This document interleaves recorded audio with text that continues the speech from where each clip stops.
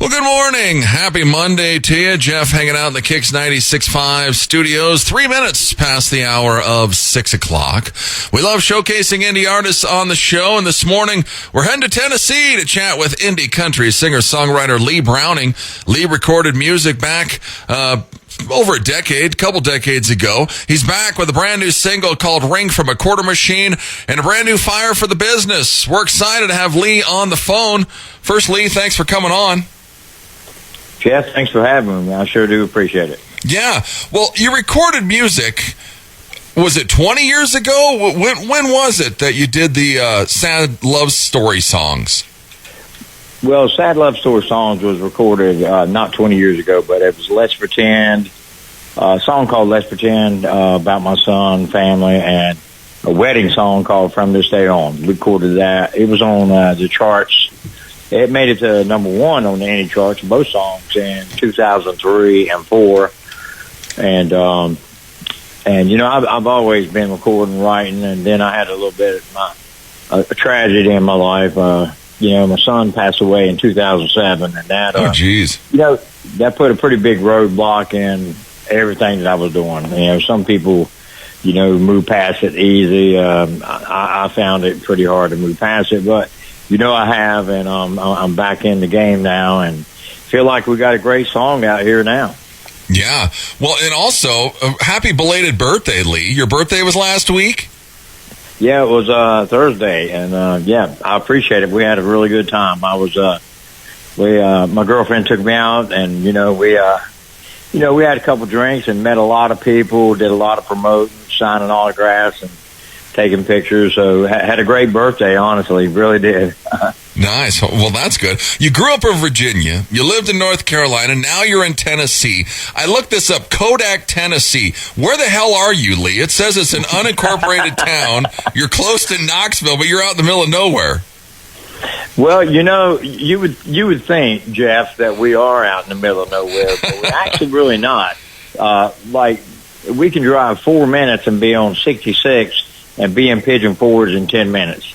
So, okay. You know, where all the action is. So we're really right in Pigeon Forge, Sevierville, and, you know, right here at Gatlinburg. So, yeah, but you would think we are in the middle of nowhere because it is unincorporated. Yeah, it's weird when you see the unincorporated. Well, you mentioned you recorded the songs previously. This song got you back. So what got you the itch? How did you get back into it? Tell us the story.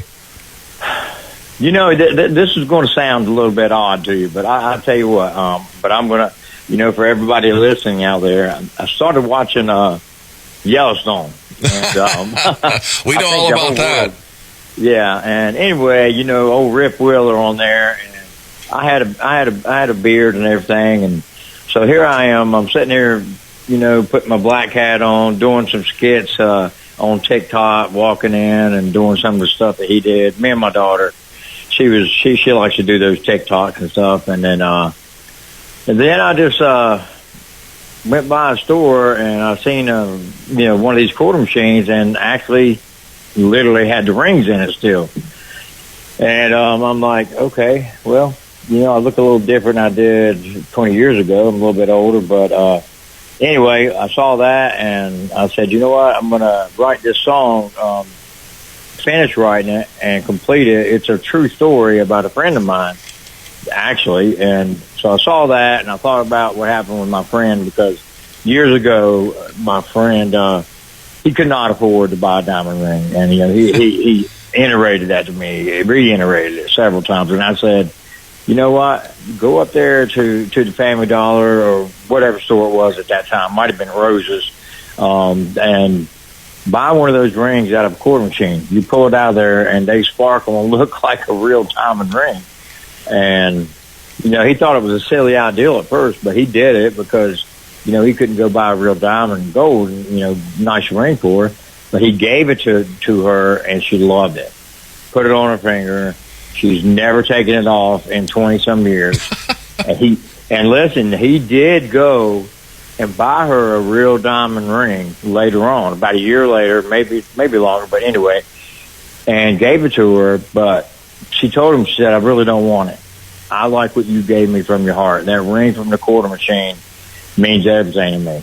Now, she still got it on, and she probably still has the real diamond on, but she's never taken that other ring off. Wow. I remember as a kid going to, the grocery store. I think we called them the Toy and Joy, the quarter machines. And, yeah, you'd put, you don't see those around anymore. No, but it's funny. I don't know. You had that, but where I grew up in Bluefield, Virginia, we had you probably remember the 5 and dime. Yeah. 5 and dime. That's where we got all that kind of stuff. That was the big store back in the day. For me, anyway. Yeah, because, you used to walk in all kinds of stores. They'd have the quarter machines sitting right there. It's a lost thing. We're chatting with Lee Browning. Go check him out. He's Lee Browning Music. He's on Facebook. Lee_Browning Music. He's on Instagram. Go to YouTube. Check out all of his stuff. And Ring from a Quarter Machine. You're going to hear it here in a few minutes. Well, you love traditional country. Tennessee's kind of a mix of both. How is it in Kodak? Are you still more traditional around Knoxville? Yeah, when you listen to the song, it's a pretty upbeat, unique love song. But yeah, we kept it. We kept it traditional. We got the steel guitar in there, and we got some great, what I would call some Alan Jackson licks, because we used a guitarist that plays for him, for the guitar work in that song. And you'll hear a little bit of the fiddle, but we still try to keep it upbeat. I'm just a traditional guy. I love that fiddle, steel guitar, and all that kind of stuff. I'm not really big on the rock and roll guitar all up in your face. Bottom line is, when you start doing all that, you really can't hear the guy singing. Yeah. So I like people to hear what I'm saying, hear me singing, hear that I can sing, and that kind of thing. So, yeah, traditional country music ran in my blood since my dad started playing Marty Robbins, Johnny Cash, George Jones, and Charlie Pride, all those guys back in the day. Yeah, I heard you in another interview, Lee, where you were saying about people who can't sing doesn't matter anymore. So you like saying, yes, I can actually still sing. It's the lost art form.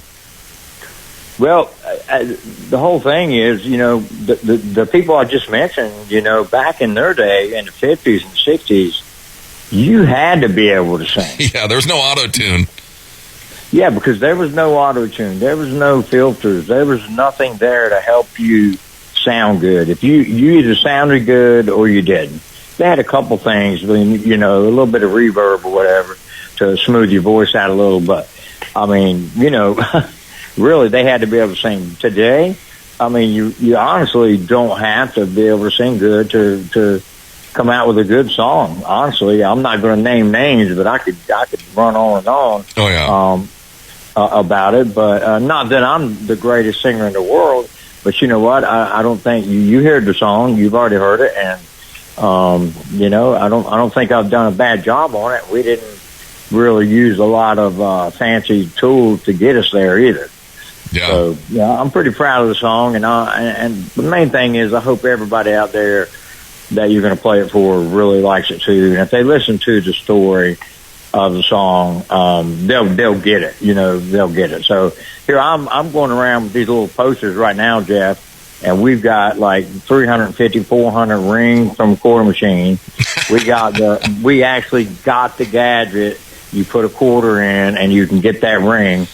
Get an autograph, signing autographs on the picture. And I'd like to see if I could, can we put in a little shout out for something that I'm doing right now? I need some votes. How do we do that? Sure, go ahead, Lee. Give yourself a plug. Well, what's going on right now, to get the opportunity to talk to some more people and possibly a major label, if everybody listening could go to Ignition Country, and then they'll go to the top 20 songs, and then when they get there, it'll be new top 20 songs, and click on that till it turns blue, and it'll pull up a page that you can vote for Lee Browning Ring from a Quarter Machine. So, Ignition Country, and then top 20, and then it'll take you to that page. You'll see top 20 songs there. And click it till it turns blue, and it'll just take you to the page and scroll down. I'm like number 3 right now, but we're trying to get all the votes we can. Yeah. So go and help him out. If you go to his Facebook page too, Lee Browning Music on Facebook, he's got a link right there that'll take you there. Speaking of your social media hasn't been around that long. I was shocked when you said TikTok. How are you liking all this social media, Lee? You know what? It's getting me a lot of attention. Actually, to be honest, I've got a Caden Gordon up there. I don't know if you know Caden up there in Boston. Caden's been doing a lot for me and helping me get all this set up. And I'll be honest, it's been quite overwhelming for me to try to keep up with everything so far. I think if it keeps going like this, I'm going to have to hire me a publicist or something to keep up with some of this stuff. But I'm a hands-on person. I like to talk to fans and myself. I like to, I don't need a bodyguard. I don't need all that stuff. I want to be the guy that can walk down the street. If you recognize me, I'm gladly going to shake your hand because I'm no better than anybody else just because I got a song on the radio. I'm no better. But the social media is great. It's getting me a lot of attention, but yet it's overwhelming, but I'm doing everything I can to keep up with it. Yeah, for sure. Yeah, Caden Gordon's is a PR guy for now, but you might need some more help since everything's so much on fire. Yeah, because what's the goal? I mean, because you are taking off. Are we going to keep it going?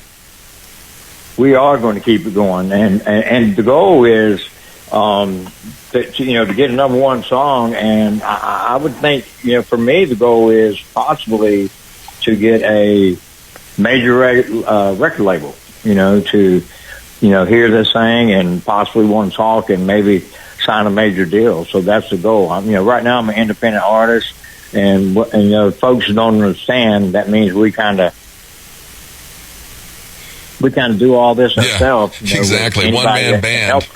Yeah. Yeah. So, but the goal is to try to, get a number 1 song out there, and on the major charts, and then put another one out, and hopefully we can keep the audience happy out there with the music. But I appreciate everybody out there that is voting and putting my song, listening to it, because independent artists, we have a lot tougher time without that big label putting millions of dollars behind you. A lot of people don't understand that, but some of these artists out there, they got millions behind them. That's how they're on the big radio stations. Yeah. I don't have millions. Jeff, can I borrow some money? Yeah, exactly. No, I'm broke too. Who's the guy in the video at the beginning? On Ring from a Quarter Machine, you have a video, and on the slide presentation, there's a guy. He's next to you, and then there's a picture of him playing guitar. Oh, this guy, that is a cameo shot, basically. This Charles, a friend of Caden's, he just put that video together for me to have something on YouTube. Oh, okay. He used some of his musicians. I have my own band here, and we're working on a live video, what I would call an official video. Okay. We just wanted something up on YouTube for everybody to see, be able to hear it, and see pictures of me, and that kind of thing. But I allowed him to use some cameo shots of some of his friends that have a band. Okay. They're not my musicians. I have my own, and but we're working on what I call an official video that is going to have the rings being shot out into the audience. And it's just going to be pretty cool, I think, and I hope everybody's going to like it. And that's all you can do is give it your best shot and see what happens. But so far, I think we're doing a pretty good job. The song is actually doing really, really well, as far as I can see on the charts and stuff. Yeah, no, he's trending upwards. Go and follow him. Go and like him. Lee Browning Music. He's on Facebook. Lee_Browning Music on Instagram. Go to YouTube. Check out the video. And here it is. It's Ring from a Quarter Machine. Lee, thanks so much for coming on. I appreciate it. Thanks for having me, Jeff. And, reiterate those people to go to my page and vote for me. Exactly. Go vote for him. Go support independent music and independent artists. Here's Ring from a Quarter Machine. It's KIX 96.5.